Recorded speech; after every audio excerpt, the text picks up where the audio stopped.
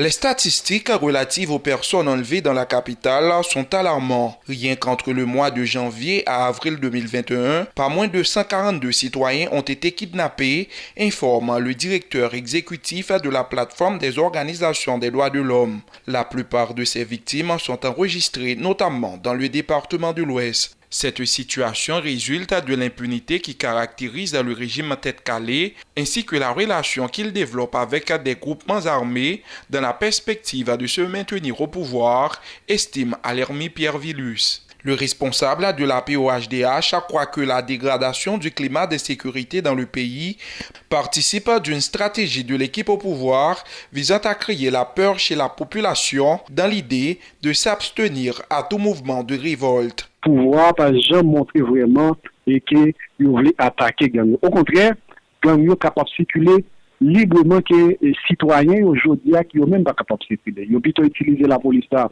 pour faire répression sur citoyens et qui manifester, qui faire des revendications, qui dénoncer l'impunité, qui dénoncer la corruption, alors que bandits ils ont même ils ont circulé en toute impunité. Le responsable du réseau national de défense des droits de l'homme abonde dans le même sens.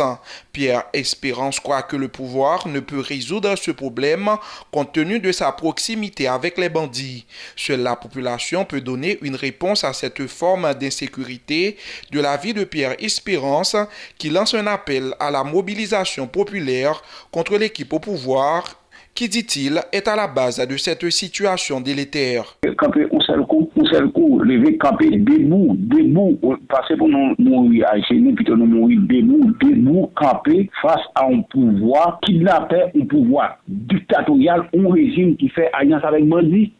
Et donc, nous ne sommes pas capables encore, forte population, lever, camper, donc nous ne sommes pas capables de mettre à genoux devant des milieux, pour nous constater, pour nous être campés, pour nous regarder, on peut voir violer les droits comme ça, qui fait alliance avec gang, qui terrorise nous. La proportion inquiétante que prend cette vague d'insécurité peut avoir de multiples embranchements, notamment la politique, analyse le directeur exécutif de l'initiative de la société civile.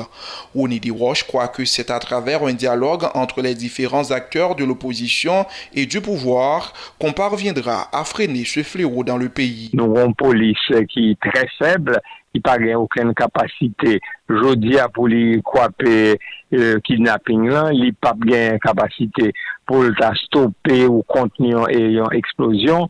Donc si on va qui pète là, tout le monde est capable de victime.